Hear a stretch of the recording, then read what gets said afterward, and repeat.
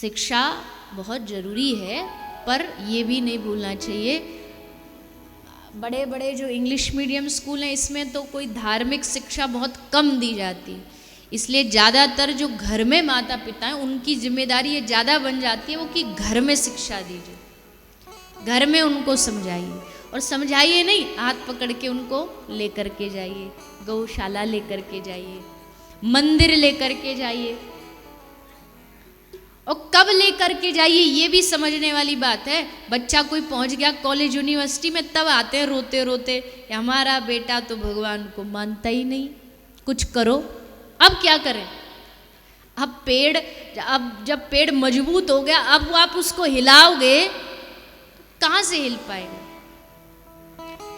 जब बालक छोटा होता है ना, बच्चा छोटा होता है, उस समय आप उसको अपने धर्म, अपनी भक्ति के बारे में सिखाइए। पर आजकल तो अपने संस्कारों का इतना वो ध्यान नहीं दिया जाता, वो नंबरों की ओर लगी है। नंबर बढ़िया ले आए बच्चा, माँ बाप खुश हो जाते, हाँ फर्स्ट आ गया क्लास में। ठीक है, नंबर अच्छे आए, पढ़े बढ़िया, पर ये भी देखते रहो संस्कार कितने हैं, भजन में धर्म से कितना जुड़ा है। कितना भी बड़ा व्यक्ति बन जाए, लेकिन अगर धर्म से उसका जीवन विमुख है तो सब कुछ जीरो, सब पाके भी जीरो है, खाली है एकदम। डॉक्टर बने, इंजीनियर बने, साइंटिस्ट बने, पायलट बने, ये सब बाद की चीज है। पहले एक सच्चा इंसान बने, पहले एक सच्चा भगवान का भक्त बने, ये ध्यान देने की कोशिश करिए। फिर बाद में तो अपना परिश्रम, अपनी मेहनत करके वो आगे बढ़ ही जाएगा।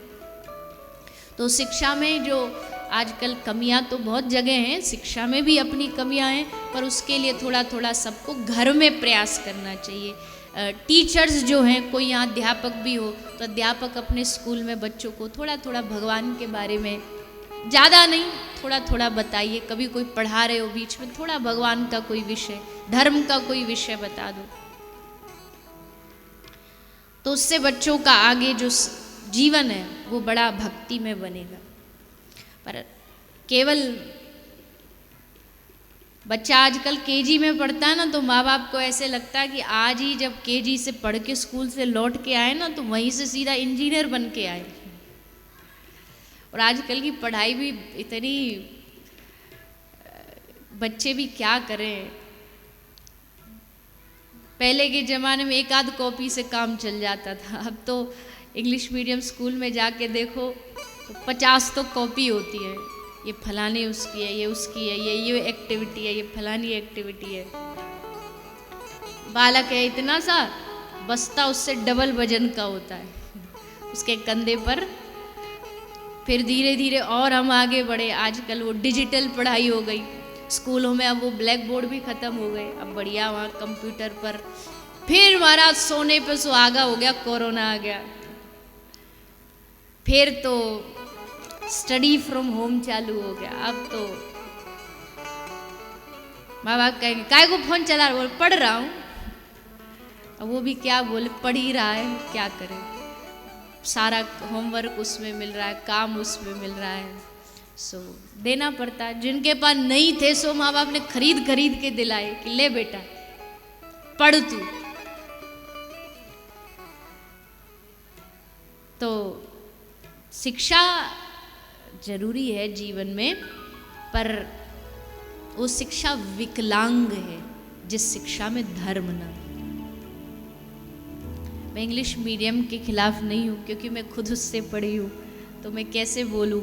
कॉन्वेंट स्कूल बढ़ रहे हैं, ठीक है, वो भी अच्छी बात है, पर नींव मजबूत करिए, नींव मजबूत होनी चाहिए।